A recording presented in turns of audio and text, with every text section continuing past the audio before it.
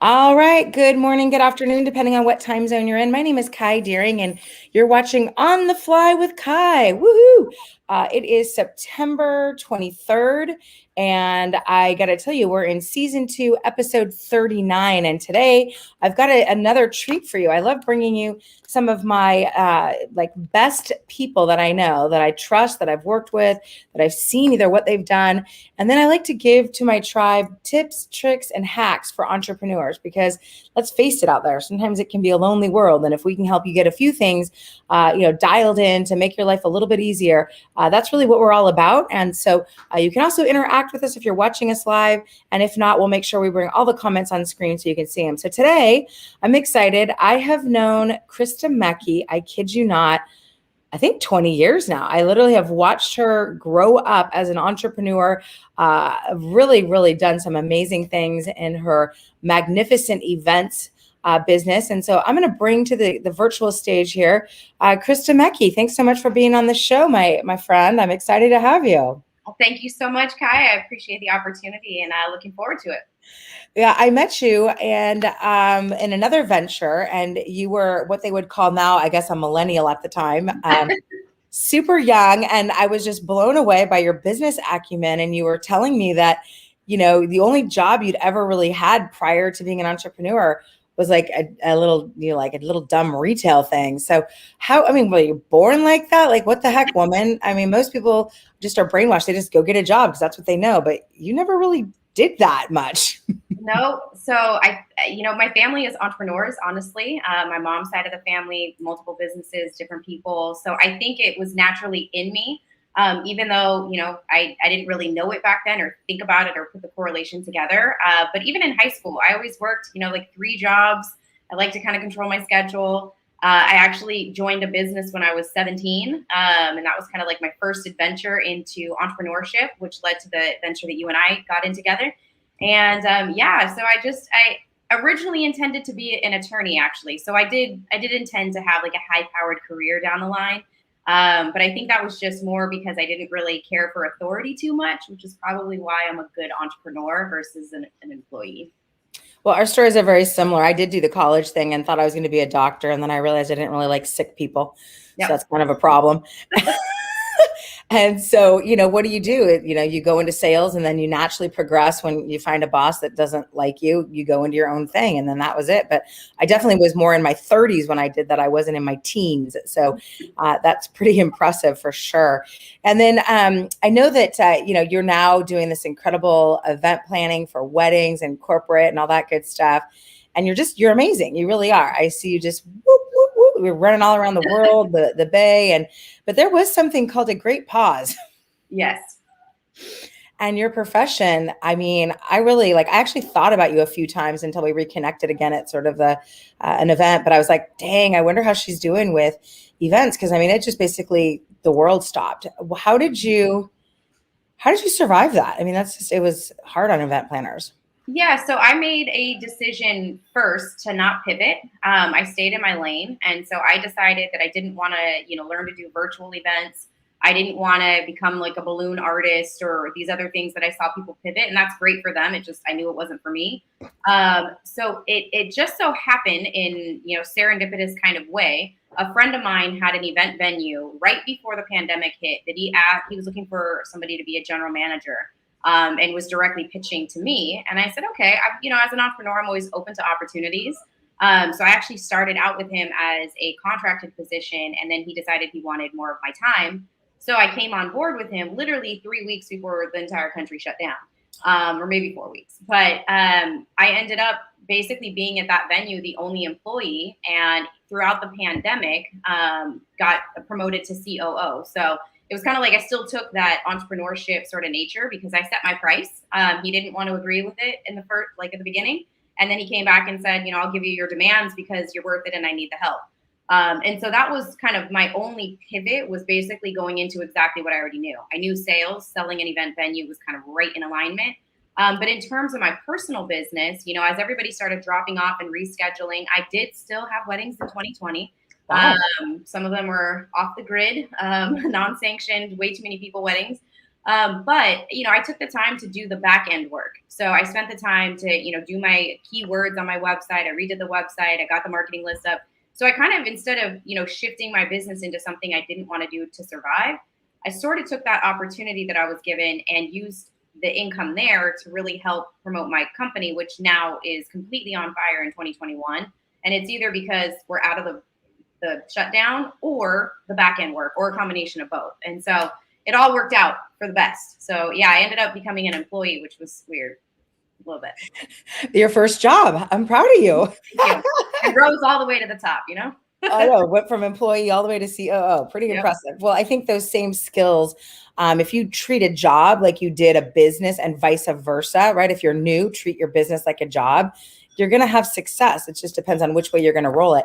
And I love that during the pause, you didn't pivot because you didn't want to do virtual events, but you took advantage of the time and worked on your business and in your business, which, sometimes we just got to do that. And I thought for sure during the great pause, I bought all this stuff to redo my bedroom. I thought I was going to be sitting around, doing nothing. And this was the busiest time I have ever been. Got a new ring, did some other stuff. I was like, holy smoke. So everyone's reality was really different. It was really interesting to see. But what kept you going during all that? Because it would have been, like you said, easy to throw in the towel, especially if you needed to make money and you weren't. I mean, where does that resilience come from? How do you find that? Because I think that's a big key to success in business, is not quitting when when it gets tough. Yeah. So knowing that I was also making a very big move in my personal life was really what gave me kind of the resilience, because I knew that I had to survive. I was going to be in a position where I was reliant 100% on myself. And so, I didn't have the time, not to knock anybody else's what they did during, the pause, but, I didn't have the time to Netflix and chill. And I didn't have the time to, sit back and not work out and these other things. I tried to really maintain the same lifestyle, because my biggest concern, I had anxiety over this fact, is that when things did open back up, we wouldn't be ready. Like, as somebody who was constantly going, and had a structured life that got thrown off as it did for everybody else, I was so concerned that when everything opens, none of us would be prepared. And when I say none of us, I mean the people I was working with in my business, and even, the employees I had to furlough. It was like, when it comes back, we have to be ready to get back into the right behaviors. And so I tried to never stop the behaviors. But again, knowing that I was making a significant life change pretty close after the pandemic. And so it was like, I'm going to do as much as I can right now while these opportunities are here. And I think that's the biggest thing that's kept me going as an entrepreneur, period, is that whenever an opportunity is presented in front of me, I'm always open to looking at it and generally saying yes, because I don't know what that's going to lead to. But I don't want to sit back and go, oh, I wish I would have. I'd rather say, I'm glad I did, whether it worked out or not. I'm glad I did versus I wish I would have. So like the job and all that stuff. Yeah. I think it's two schools of thoughts. One is, you have to learn to say no so you can focus on the main thing is the main thing. But sometimes if you say no, the concern might be you may not get asked again. Like in my company, when they ask me to go train on stage or do something, I'm always like, yep, because I'm afraid if I say no, they'll be like, won't ask you again. So exactly. Yep. Kind of a fine line there. You also said that in your business that you are really good at something, and it kind of surprised me because I wasn't sure how this fit in, but then it made sense to me after you said it. You said a quote that you're really good at creating somebody's authentic brand. And I was like, wait, what? And you said, yeah, through an event. So if people are not hiring an event planner and doing things on their own, what would be some tips to make sure that their authentic self comes out in that? Like, what are maybe the top 3 things they could do to customize it, to make it them, or maybe some questions they should ask themselves to make sure they come through on the event? Yeah. The first question to really ask, and this is what I ask every couple when I have a consultation, and they always kind of laugh because it's very untraditional wedding language, but I say, what's the intention of your wedding day? And they kind of go, well, to get married. No, it's more than that. Is it the intention to bring people together, to have a party, to have great pictures, to have this, surrounding of love? It's not just to get married and just, So I start that, and I because I have a corporate event planner background versus a wedding planner background, that question is the intention, and it goes across the boards of corporate and weddings, right? What are we here for? What are we trying to accomplish? And then the second question is, what's important to you? And so breaking that down, because a lot of times when I talk to people, they're like, oh, this is what's trending. Well, that's great, but is that important to you? Or how do you tell me? I've never been to a wedding. What am I supposed to do? What do you want to do? And so this is where I really guide people in making sure that they're doing what they want to do and not just what the industry says they should do or what their parents say or, what, tradition says. And then the last thing is really coaching them on incorporating their own style into their wedding day. So an example is I had a couple I talked to the other day that, he's a Boston Red Sox fan. She's a Yankees fan. Those are two different dynamics. And, they kind of dropped that nugget on me. And I said, well, why don't we create like your little cookie party favor as like half Yankee symbol, half, Boston. She was like, oh my gosh. And I'm like, and what if you name the tables after like your favorite players from your team, if it's that important to you? And she was like, I hadn't thought of that, because traditionally you go table numbers, regular wedding favor. And so that's where I really bring people to the table where, when you see their wedding unfold or their corporate event or whatever, you actually can see their brand different than just any generic kind of wedding. And I think that's one special skill that I have, because a lot of times people are very cookie cutter, like this is what we do. And I'm very much like, we're going to go out of the box if that's what you want to do. Right. And I'll guide them in that direction. So I love that. And for those of you who are viewing, you're definitely welcome to ask some questions. So that's awesome. And I think I just think back to like some of the events, because I do a lot of events for my company too. But I think back just to our wedding, our intention was to just have it be where nobody's stressed out. Like just come, we did like a potluck. Like it was just, have some fun and let's celebrate. That was really what the intention was. That's really great. What's the most unusual swag or the most unusual wedding gift or wedding, what do they call those? Wedding favor? Wedding favors that you've seen or done? The most unusual one, which I couldn't figure out, is she gave everybody lemons, like an actual lemon with their name on it. It was almost like the place card was like a lemon, and the whole theme of the wedding was lemons. And it had nothing to do culturally. It was like a real full lemon. But I think the best one, if anybody is from the Bay Area or beyond on here, Ike's Sandwiches is one of my clients, a good friend of mine. Ike's Sandwiches. Okay. Ike's Sandwiches. For his wedding, we actually made custom blankets with a caricature on them for people, custom umbrellas with their caricature of the couple. Those were two really big and unique wedding favors that I don't think have ever been redone. They also had a Yoda wedding cake or R2D2 wedding cake. So again, some very unique things they brought to the table. So that was probably my favorite one, because it's a keepsake. You always need an umbrella with somebody's face on it. Like, why not? I think that's great. So great ideas. Be memorable in your swag so that they'll remember the event. We talked to you about how there's a lot of people that say, and even in my profession, right? I'm a Legal Shield associate, but they don't really do anything. And then there's people in your profession that are like, I'm an event planner, but they don't really do anything or treat it like a business or do anything with it. So what is that about? And how did you treat it like a business and not like a hobby, like some people do? So what's the differentiation in that? If you could put your finger on, why is it that I'm in a business, you're in a business, but there's people in our businesses that treat it like a hobby? What is that? I'm always curious about that. Yeah. I would venture to say that most people lack discipline and lack drive. And so that's really the difference. It's, you can cover yourself behind a title and live that, right? You can always be an event planner. You can always be a Legal Shield associate. Nobody's going to check your stats on what that means. That sounds great. Sounds big. But if you don't have the drive and discipline, then it's literally just a title you're throwing around. And I think it's an easy way to feel like you're doing something relevant. And you might do one or two things a year. You might sell one or two plans. You might do one or two weddings. But in my book, that doesn't really make you we are not the same. You know what I mean? And that's the difference there. And it's like, how plugged in are you? How involved in the industry? Just because you like the pretty things of a wedding doesn't mean you're a planner. Doesn't mean you're a great planner. And so really my breakdown and kind of a pet peeve for me is that I feel like people do lack discipline. I will outwork anybody in any arena and guaranteed, right? But that's because I've created that disciplined focus, because I don't want to just be, actually, I don't want to just be a wedding planner either, but I don't want to just be a wedding planner. But if I'm going to do it, I'm going to do it the best versus just doing it. And so there's different drive and determination. And I think that probably goes back to, what books you read, what people you associate with. if you're around people like, and on this topic, pet peeve of mine is when people say, oh yeah, I have a business. I'm like, what's your business? They just have a title. I'm like, what do you do with it? Well, this is what the concept is. How much money have you made? Well, I'm waiting to get my website put together. Okay, so you're going to wait to make money till you invest money into a website without knowing you can make money. And it's like, that's a backwards approach. Build your website first, make $1 so you know you actually did it, and then go change it later if you want to.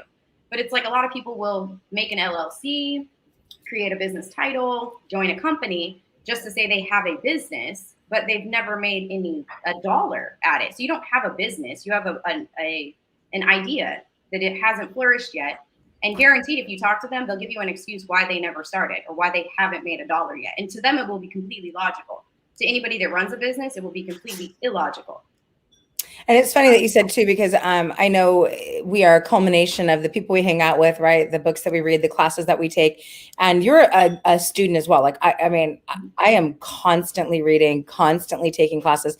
I'll spend $10,000 to $20,000 a year on my education every year because I feel like it's important to stay on top of it. So I know you have all of these certifications, CMP, what in the world are all of those? And how important was that? Because you're always going to school. I was like, girl, you just graduated again from what? What is this? I'm like, yeah, so I did. I did my undergrad. I did my master's. I went on to get my CMP, which is a certified meeting professional. It's kind of a big deal in the industry. There's only like 10,000 people that have the certification across the world.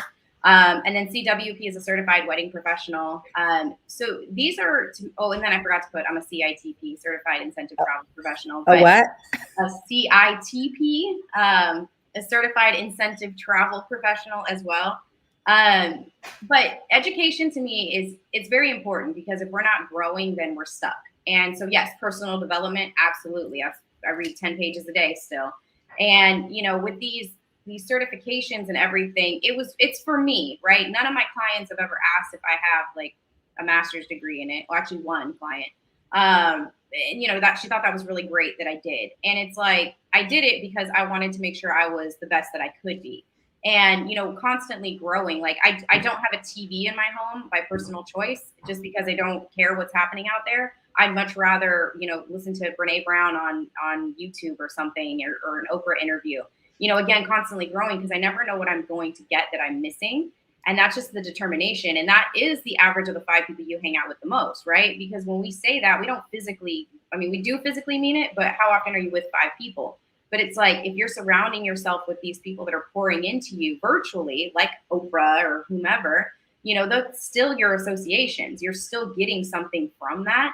And so these certifications, they matter to me for bragging rights. I'll be 100% honest. My ego enjoys them. That's about it. Yeah. Well, I mean, I know that you are into personal development, and I think that's a great differentiator as well. And so am I. And so you said you have a really regimented morning routine, and I'd love for you to share that with folks, because maybe you're a budding entrepreneur not having the success you want. Maybe having a good morning routine might just be the switch that you flip that changes the whole business. So what's your morning routine? I wake up every day at about 5:15, 5:30. I make a cup of coffee. I sit down. I have a scripture reading. That's from my mother. She sent it to me, so I do it because she sent it. But I have a scripture reading, that I do. And then I have a gratitude journal. So I try to write down 3 things that I'm grateful for that day. And on days when I'm like, I wake up wrong, I'm a little bit off, I'm a little bit, we all kind of have our funky nights. When I sit down and do that, it puts my mind in the right perspective, because then I'm refocusing on positive. I do read 10 pages of a good book, sometimes a little bit more. But I try to start there before I start anything else. When it comes to social media, I do post on my personal business at around 6 a.m. usually, just because I can get it out of the way and, knock it out during that quiet time. My personal account, I post a quote and then I shut it down. I'm not interested in scrolling in what others are doing. And so that's kind of part of my morning routine to get right. And honestly, once you have that set routine and it throws you off, like I travel a lot and I can tell the difference when I don't start that way. And it's like, I'm very dedicated. My friends even know, like, please don't call me before 6, because I'm having coffee, reading my book and trying to get centered. And when things start to get off, that's the way of recentering. I'm not big on like meditation and yoga. I also do that stuff, but that's not part of, the morning routine. Lately I took up boxing. that is a whole other level of a routine because I go at 7 a.m. And the days where I'm getting physical that early, like those are killer days. Like I'm killing it on emails and callbacks and just energy, the whole thing. So that's something I recommend to people, to set a disciplined plan, but also incorporate some exercise, some energy in there, because switching that up and getting it going quickly not only is beneficial to your health, obviously your metabolism is higher and faster, whatever, but just for your energy throughout the day, and the will to keep going. You start early with that stuff. Oh, and I take vitamins every day. I have a whole situation of vitamins. So a situation. yeah, it's like 5 different containers. Most of them are gummies because I'm kind of like, I don't really like the horse pill type of stuff. But yeah, got to line that up. I know. I have a whole shelf full, and I'm trying to figure out, like, I'm sure I'm not, like, it's wasted because it probably excretes. I'm not taking it. So I'm trying to figure out, like, how to be more efficient with that, because I'll spend hundreds of dollars on that every single month. So I'm working towards that too. I'll let you know if I come up with anything. But what are you reading right now? So what's the book right now that you're reading? So I am reading Michelle Obama, Becoming. I was looking because it's right behind me.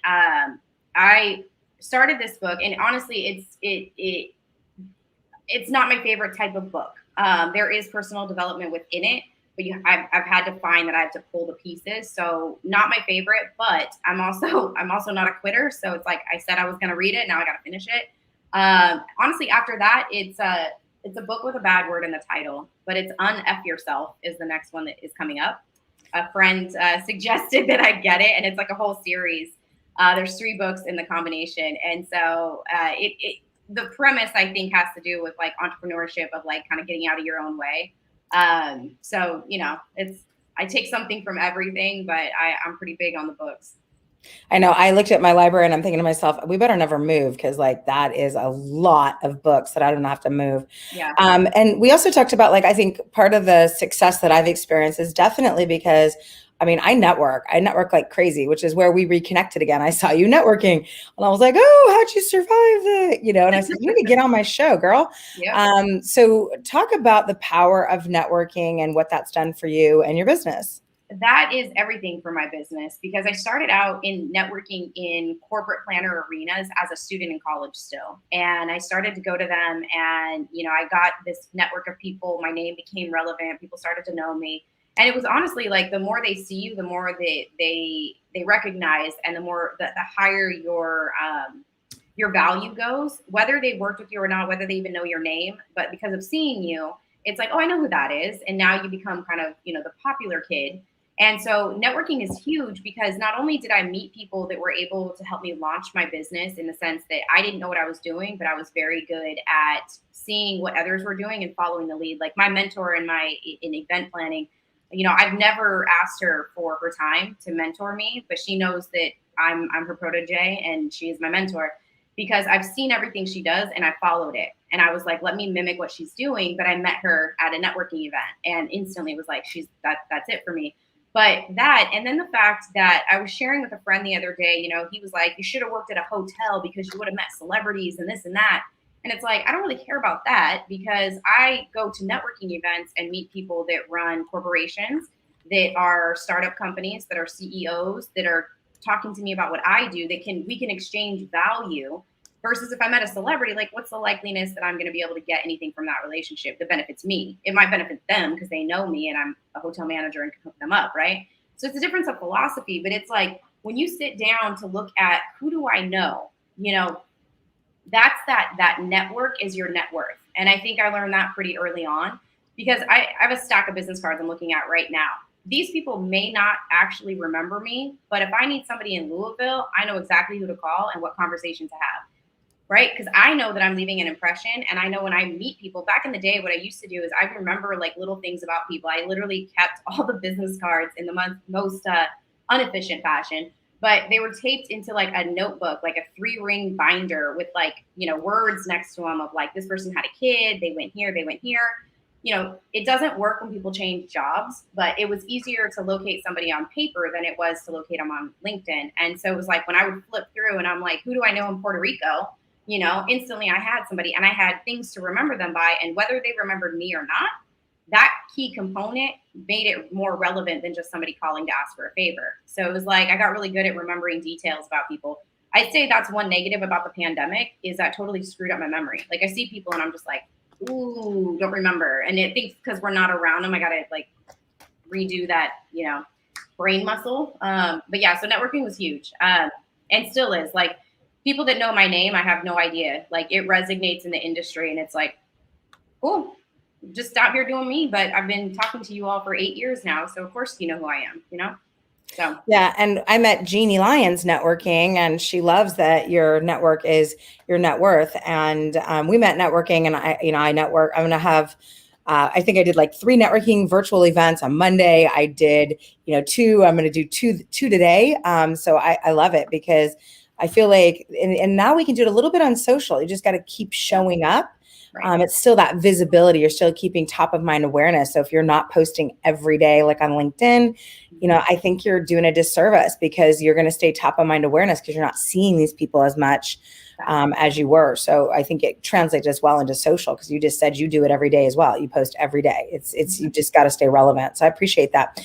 You also said you got a lot of balls in the air. So especially like now with your personal life kind of changing and there's a lot of things to keep track of. You said you're really good at compartmentalizing. What does that look like and what does that mean? In my brain, there's a bunch of little boxes of things, and I grab them when I need to. Right now, I am managing about 30 different couples for their wedding. So I have a unique ability to compartmentalize them. So again, knowing like when an email comes in, I don't have ADD as much as I have, again, the ability to kind of organize in my brain. And so, when these things come in, I'm not going, oh my God, I have to focus over here. I'm like, okay, noted. Let me get back to that one. They're over here. They're later. Right. And it's the same thing in kind of managing like follow-ups. You know what I mean? I've got people that have reached out to me and it's like, okay, boom, boom, boom. These people need to be called back. But then I also doubled it up with technology. I compartmentalize, but I also use what we have, tools around us. So putting things in my calendar as like quick reminders or, notifications to call at certain times, like I'm big on scheduling things out so that I'm not just relying on my memory or on a sheet of paper, but, being able to like an example of compartmentalizing, you wake up with a bad day, like personal life, I've had things happen and I'm just like, oh, I'm so frustrated. And I spend like 3 minutes maybe being frustrated. And then instantly I'm like, okay, I'm back to, magnetic magnificent events. And my friend used to make fun of me because he was like, you never stay like focused. And I'm like, I don't have to be there. That feeling doesn't serve me. So I'm not staying there. I'm going to go right over here. Or I could be like frustrated, like tearing up and my business line rings. And instantly I'm like, this is Krista, super friendly voice.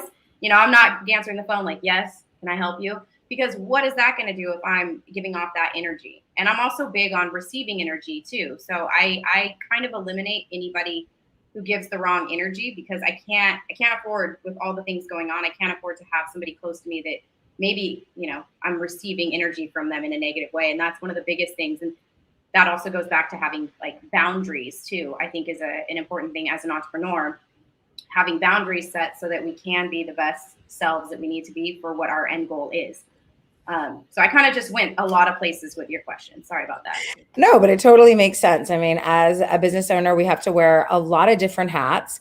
We have to, be, spouses and daughters and all kinds of things and, friends. And so you've got to make sure that you can keep it all straight and have a positive attitude about it because otherwise no one's going to want to work with you. I hear you. So, I think attitude is everything. So I like that a lot.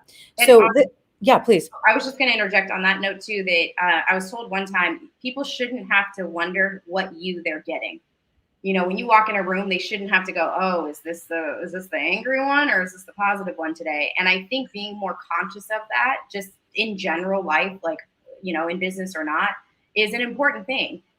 Because that's how you make other people feel around you, right? And it's like showing up authentically you, but also realizing that, staying very even in who you are. You don't have to bring all the negativity to the table. Even if you're feeling bad, just talk to yourself if you need to, and then bring your best foot forward. Yeah, you don't need to be like a box of chocolates. You're not going to know what you're going to get. Exactly. Well, with that being said, the half hour went super fast. I know that folks might want to engage with you, maybe hire you for their corporate event and whatnot. What's the best way for them to engage with you? Website is perfect. magneticmagnificentevents.com.